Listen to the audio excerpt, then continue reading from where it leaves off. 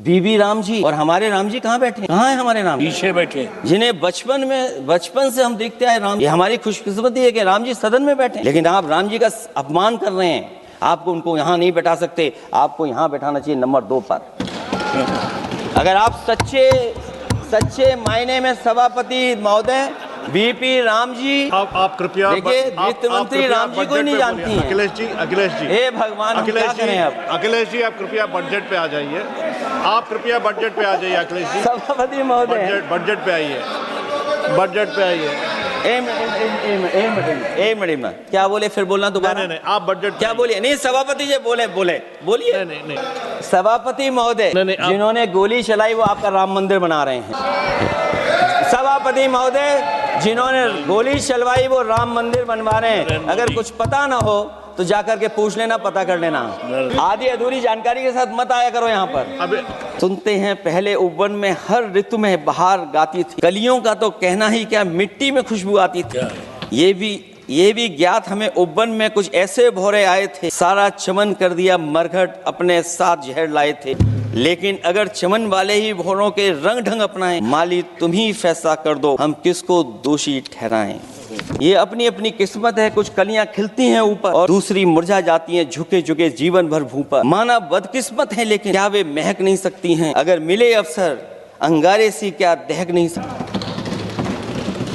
जिस तरीके से आरक्षण पर खिलवाड़ हो रही है उसकी कोई कल्पना नहीं कर सकता। विकसित भारत तभी विकसित भारत माना जाएगा जब हमारे पिछड़े, दलित, आदिवासी, अल्पसंख्यक मुसलमान भाई को बराबर का हक मिलेगा। और जब तक हक नहीं मिल रहा उनको, तब तक शायद विकसित भारत का देखने का सपना आधा अधूरा। सभापति महोदय, यही शेर अगर बीजेपी को पढ़ना होता तो बीजेपी कैसे पढ़? अगर यही शेर बीजेपी को पढ़ना पड़ता तो वो पढ़ते कि हमको मालूम है स्वर्ग की सच्चाई, लेकिन दिल को बहलाने के गाले ये ख्याल की जगह सोच। सभापति महोदय, यही फर्क है, सबका साथ सबका विकास। सभापति महोदय, बोलने से पहले मैं जब बजट को देख रहा था और अक्सर सरकार को पिछले कई सालों से चलता हुआ मैं देख रहा हूँ, मैं कहना चाहता हूँ क्यों झूठे ख्यालों में दिन रात करें, जो बनाते हैं हवा में बातों के महल, आओ उनसे कुछ जमीनी बात करें। सभापति महोदय, बजट आने से पहले और बजट आने के बाद पूरे देश में ये बहस चल रही थी कि अमेरिका को लेकर के डील होने जा रही। सभापति महोदय, मुझसे पहले अभी जो भारतीय जनता पार्टी की माननीय सदस्य बोल रहे हैं, और भारतीय जनता पार्टी का ये पक्ष है कि हम लोगों ने दुनिया में बहुत सारे देशों से फ्री ट्रेड एग्रीमेंट कर लिया है। सभापति महोदय, मैं भारतीय जनता पार्टी की सरकार से जानना चाहूंगा अभी कितने देश और बचे हैं जिससे आप फ्री ट्रेड एग्रीमेंट नहीं कर पाए हैं? कुछ ऐसे भी देश बचे होंगे शायद जिनसे आपकी इच्छा होगी कि हम फ्री ट्रेड एग्रीमेंट कर लें। और सभापति महोदय, का फ्री ट्रेड एग्रीमेंट हो भी जाते, जो लोग कभी रुपए के बारे में बहुत चिंता करते, कभी कभी उम्र से, कभी कभी दूसरे लोगों की उससे जोड़ देते, इतने सब फ्री ट्रेड एग्रीमेंट होने के बाद और अमेरिका से डील नहीं ढील हुई है, उसके बाद हमारा रुपया कहां पहुंचेगा? और अगर यही डील होनी थी तो 11 महीने इंतजार क्यों कराया? अगर यही डील होनी थी सभापति महोदय तो 11 महीने किस बात का इंतजार था? हमारे कारोबारियों को या हमारे जितने भी उद्योग से जुड़े लोग हैं उनके साथ ये परेशानी क्यों? बजट पर सबसे पहला सवाल यही है कि डील पहले बनी है बजट, और बजट का हलवा यहाँ ज्यादा बटा के वहां। सभापति महोदय, स्वदेशी, आत्मनिर्भर, ये शब्द तो बहुत अच्छे लगे, लेकिन जब डील हो गई है तो क्या इस बजट को लाने से पहले आत्मनिर्भरता और स्वदेशी को अपने अपने शब्दकोश से हटा दिया है, या इसको उल्टे अर्थ में विलोम शब्दकोश में डाल दिया? और ये डील नहीं है जो हम आप सब समझ पा रहे हैं, शायद सत्ता पक्ष के लोग ये नहीं समझ पा रहे हो, लेकिन पूरा देश समझ रहा है कि हमने अपना बाजार एक बार और खोल दिया। $500 बिलियन का व्यापार एक तरफा, हमारे आत्मनिर्भरता कहाँ जाएगी? स्वदेशी नारा हमारा कहाँ जाएगा? हमारे देश की जनता भाजपा से कह रही है कि जहां तक हमें मालूम है डील एक तरफा नहीं होती। क्या ये बनी वहां पहुंची यहां जहां जैसे कोई एक पक्ष मान रहा हो? जनता भाजपा से ये भी जानना चाहती है कि 0 बड़ा के 18। सभापति महोदय, भाजपा का समझौता गणित क्या ये है कि 18 0 के बराबर है? क्या 18 हमारा 0 के बराबर है? देश के किसानों, दुकानों, उद्योगों को बचाने के लिए खोखले शब्दों के अलावा भाजपा के पास कोई और सुरक्षा कवच या संरक्षण योजना है कि नहीं है? इसलिए मैं सभापति महोदय कहना चाहता हूँ, ये बजट दिशाहीन है। इस बजट में कोई विजन नहीं है कि 2047 तक हमारा देश विकसित भारत बन जाएगा। और हम जैसे लोगों को, समाजवादियों को तो सरकार से पहले ही उम्मीद नहीं, और जिस सरकार से उम्मीद ना हो उसकी बजट से क्या उम्मीद हो। इस बजट में पीडीए के लिए कुछ भी नहीं है, कोई योजना दलित, पिछड़ा, महिला, गरीब, अल्पसंख्यक या नवयुग के विकास के लिए नहीं लाई गई। ऐसा लग रहा है कि सरकार ने इनके बारे में सोचना ही छोड़ दिया। और अगर जीडीपी हमारी 7% है और नॉमिनल जीडीपी की ग्रोथ केवल 8%, जो कि लगभग 12% होनी चाहिए, इसके कारण लोगों के हाथ में कम पैसा, और कारण ये भी लगता है कि हमारा प्राइवेट इन्वेस्टमेंट नहीं आ पा। जो लोग ये कहते हैं कि हम प्रति व्यक्ति आय बढ़ा रहे हैं, जो आंकड़े हमारे पास हैं, जो जानकारी हमारे पास है, वो आंकड़ा यही कहता है कि $3000 के लगभग प्रति व्यक्ति आय हमारी है। और अगर हम दुनिया से जब इतना ही जुड़ गए तो 2025 की जो रैंकिंग है, हमारा स्थान 144 में है, 144। तो जहां हम इतना 10, 11, 12 साल से हम इतने बजट ला रहे हैं कि हमारे पर कैपिटा इनकम लोगों की नहीं बढ़ पाई। और सदन में, इसी सदन में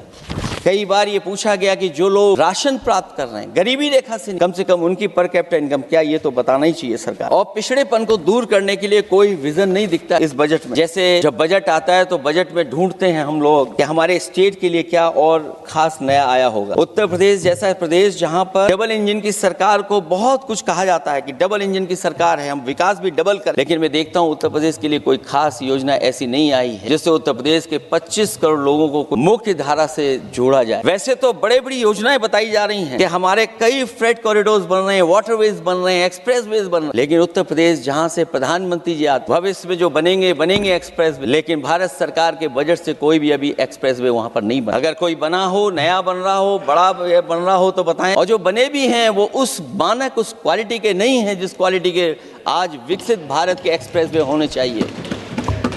जो लोग भ्रष्टाचार पे बड़े बड़े सवाल उठाते हैं, वो कम से कम अपनी सड़कों को देखें, अपने एक्सप्रेसवेज को देखें कि उन्होंने क्या बना करके खड़ा इतने हजारों करोड़ रुपए खर्च करने के बाद। इनके सबसे पहले प्रधानमंत्री अटल बिहारी वाजपेयी जी, उनके नाम से कोई एक्सप्रेसवे बन रहा था। सभापति महोदय, हम लोगों ने अखबारों में पढ़ा, कई लोग स्टेटमेंट भी देते हैं कि हम एक्सप्रेसवे बना रहे हैं। उनके नाम से बनने के साथ साथ उनका नाम भी बदल दिया। पहले वो चंबल एक्सप्रेसवे बन रहा था, फिर अटल जी के नाम से एक्सप्रेसवे बन रहा। लगता है वो जमीन पर नहीं उतरा है, वो केवल कागजों पर बन रहा। तो ये तो एक्सप्रेसवे की बात हुई। सबसे बड़ा सवाल यह है कि किसान को लेकर इन्होंने कहा कि किसान की हम आय दोगुनी कर दें। आज हमारा किसान इस उदारीकरण में कहां खड़ा है, जिस किसान को लेकर के पूरे देश के सभी राजनीतिक दल चिंतित रहते हैं। इस डील के बाद हमारे किसानों का हाल क्या हो, और जब सब कुछ विदेश से ही आएगा तो हमारा किसान भारत में क्या उगाएगा, जमीन पर क्या होगा और क्या बेच पाएगा। सभापति महोदय, सरकार ने बड़ा बड़ा बजट पेश किया, कहा कि हम एग्रीकल्चर इंफ्रास्ट्रक्चर तैयार करेंगे, एग्रीकल्चर इंफ्रास्ट्रक्चर से हम मंडियां तैयार करेंगे, बाजार तैयार करेंगे, एमएसपी लागू करेंगे। हमारे किसान जब काले कानून के खिलाफ लड़ रहे थे, बड़ी संख्या में जान चली गई, उसके बाद सरकार कहीं पीछे हटी और उन्होंने काले कानून वापस। लेकिन आज भी किसानों को जो कानूनी गारंटी मिलनी चाहिए वो अभी तक एमएसपी की कानूनी गारंटी सरकार नहीं दे पाई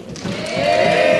और जो 23 क्रॉप और हॉर्टिकल्चर क्रॉप और दूध को लेकर सरकार दावा करती है कि हम सब्जियां इतना, हॉर्टिकल्चर क्रॉप्स हमारी इतनी ग्रो करेंगे, हम दुनिया में इतना पैदा कर रहे हैं। दूध के जब आंकड़े बताते हैं कि दुनिया में हम दूध का उत्पादन इतना कर रहे हैं, और अगर आपका बजट ही विकसित भारत का बजट है, तो हमारे हॉर्टिकल्चर क्रॉप्स और जो हमारा किसान दूध का उत्पादन कर रहा है, दूध का उत्पादन हो रहा है, उसके लिए एमएसपी की गारंटी कब देंगे। और गारंटी हम लोग इसलिए मांग रहे हैं क्योंकि उसको घर कैसे बनाएगा, घर कैसे चलाएगा, अगर उसको लाभ नहीं मिलेगा, बच्चों को कैसे पढ़ाएगा, अपनी बेटियों को हंसी खुशी विदा कैसे कर पाएगा। और इधर तो जहां फसल की कीमत नहीं मिल पा रही, सभापति महोदय, सोने के भाव कहां पहुंच गए। पहले गरीब सोचता था जब हम अपनी बेटी की विदा करेंगे तो कुछ सोने का एक सामान खरीद करके दे देंगे उसको। जैसे जैसे बीजेपी की सरकार चली और आगे बढ़ती गई, 12 साल ऐसे हैं आ गए कि अब तो चांदी तो दूर। अगर यही सरकार चलती रही तो लोहे पर पीतल चढ़ाकर भी गरीब अपनी बेटी की विदाई नहीं करा पाएगा।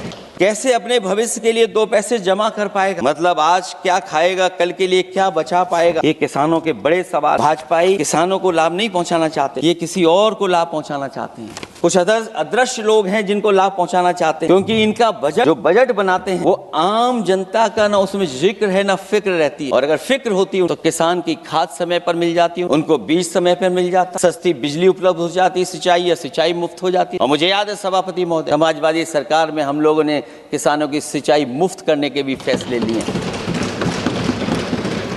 कीटनाशक दवाइयां कितनी महंगी हैं और सरकार ने किसानों को अपने हाल पे छोड़ दिया। मंडियों पे कहीं कोई खरीद नहीं है और अगर खरीद हुई है तो सरकार बताए कि धान, आलू या गेहूं की खरीद में तो मिल जाते ही उसको कीमत, लेकिन धान और आलू जैसी फसलों पर कोई सरकार कीमत नहीं दे पाती। महंगाई बेतहाशा बढ़ने पर भी इस बजट में जनता को टैक्स में न छूट देना टैक्स शोषण है। अमीरों के काम, कारोबार और घूमने फिरने पर 10 तरह की छूटें दी गई, लेकिन बेकारी, बेरोजगारी से जूझ रहे लोगों की उम्मीदों की थाली खाली है। मध्यम वर्ग अपने आप को ठगा महसूस कर रहा है। शोषित, वंचित, गरीब व्यक्ति जहाँ था वैसे भी नीचे जाता दिख रहा है। इस बजट ने उसके चादर में पैबंद लगाने की जगह उसे और चिथड़ा कर दिया, क्योंकि सामाजिक सुरक्षा केवल शब्दों की औपचारिकता रह गई है। किसान, मजदूर, श्रमिक, कारोबारी, छोटा दुकानदार अपने लिए मिली राहत को दूरबीन से देखकर ढूंढ रहा है और इसीलिए भाजपा का हर बजट 1/20 का बजट मानते हैं, क्योंकि वो 5% लोगों के लिए ही होता है।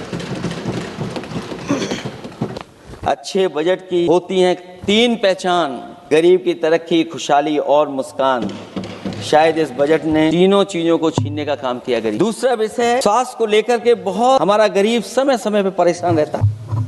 स्वास्थ्य को लेकर के जो ठोस कदम सरकार को उठाने चाहिए वो सभापति महोदय सरकार नहीं उठाती दिख रही और जितना भी स्वास्थ्य सेवाएं हैं वो ठप होती चली जा रही। मैं उत्तर प्रदेश की बता सकता हूँ। मुझे याद है सभापति महोदय, पहला जो भारत सरकार और प्रदेश सरकार को मिलकर के पहला हॉस्पिटल, मेडिकल कॉलेज शाहजहांपुर का बना था, जिस समय भारतीय जनता पार्टी के उस समय के स्वास्थ्य मंत्री और मैंने मिलकर के उसका उद्घाटन किया। उसके बाद जो प्रचार में तो ये बहुत आगे हैं। प्रचार में तो ये कहते हैं कि हर डिस्ट्रिक्ट में हर हॉस्पिटल, हर डिस्ट्रिक्ट में एक हॉस्पिटल या मेडिकल कॉलेज, लेकिन सच्चाई तो ये है कि इन हॉस्पिटलों में इलाज नहीं है, दवाई नहीं है, ऑपरेशन के लिए कहाँ जाना पड़ता है, भटकना पड़ता है। और जिस तरीके से अभी जिन लोगों ने इंश्योरेंस या LIC में किस्त दी होगी वो जानते होंगे कि महंगाई कम नहीं हुई है, महंगाई बढ़ी है, किस्तें बढ़ गई। उदाहरण के लिए दिल्ली के एम्स के लिए 5,600 करोड़ रुपए और आयुष्मान भारत के लिए पूरे देश के लिए सरकार ने जो बजट रखा है वो 4,700 करोड़ रुपए।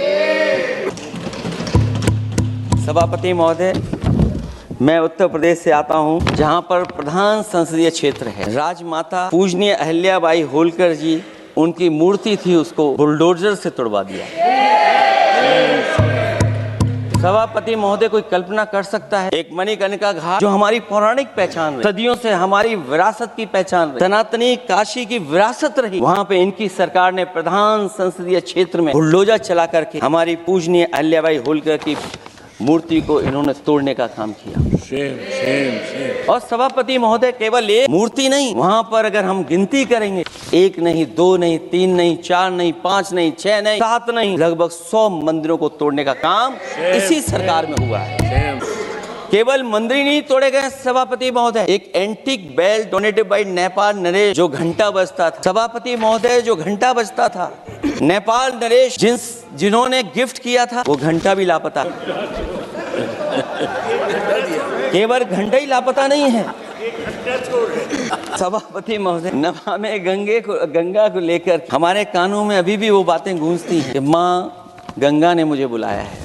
क्या बात है, 11 साल से माँ गंगा ने बुलाया नहीं। माँ गंगा बह रही हैं, जो उसके पैरामीटर्स हैं, जिस पैरामीटर्स को हर दिन नापा जाता है, उसमें डिसॉल्व ऑक्सीजन, COD, BOD और तमाम पैरामीटर्स, आज किस हालत में है माँ गंगा। कोई कह रहा था कि अब गंगा बह करके दूर तक जाएंगी, लेकिन शायद वो ये नहीं जानते होंगे कभी कभी उल्टी गंगा भी बहती है। जब उल्टी बहेगी तो यूपी के आते आते आप बाहर हो जाएंगे। हालांकि उत्तर प्रदेश आते आते सरकार की भी हवा खराब हो जाती है। सरकार सबको डराती है, लेकिन सरकार को कोई नमस्कार न करे उसको नहीं डरा सकते। हमने तो कहा कि तुम लखनऊ से गए हो, लखनऊ का जो अदब है, लखनऊ की जो हमारी पहचान है, कम से कम अगर नमस्कार नहीं कर सकते तो आदाब तो कर ही देते वहां जाकर। जो लोग पिछड़े पीडीए उनके पक्षधर बनते हैं, आरक्षण को लेकर के कहते हैं कि हम आरक्षण देंगे, उनकी सरकारों में क्या अपॉइंटमेंट हो रहे हैं। मुझे याद है इससे पहले जब बहस हुई थी सदन में, वहां से बात निकली थी किस तरीके से अपॉइंटमेंट हो रहे हैं यूनिवर्सिटीज और कॉलेजेस में। मैं उसी पे कुछ कहना चाहता हूँ, ये अपनी अपनी किस्मत है, कुछ कलियां खिलती हैं ऊपर और दूसरी मुरझा जाती हैं झुके झुके जीवन भर भूप पर। माना बदकिस्मत है, लेकिन क्या वे महक नहीं सकती हैं? अगर मिले अवसर अंगारे सी क्या दहक नहीं सकती? जिस तरीके से आरक्षण पर खिलवाड़ हो रही है उसकी कोई कल्पना नहीं कर सकता। विकसित भारत तभी विकसित भारत माना जाएगा जब हमारे पिछड़े, दलित, आदिवासी, अल्पसंख्यक मुसलमान भाई को बराबर का हक मिलेगा। और जब तक हक नहीं मिल रहा उनको, तब तक शायद विकसित भारत का देखने का सपना आधा अधूरा। इसलिए इन्हीं शब्दों के साथ मैं सभापति महोदय का धन्यवाद देता हूं। मैं उम्मीद करता हूं कि सरकार इस बजट को गरीबों की तरफ मोड़ेगी, पीडीए के लोगों की तरफ मोड़ेगी, जिससे वो भी मुख्य धारा में खड़े हो सकें। बहुत बहुत धन्यवाद।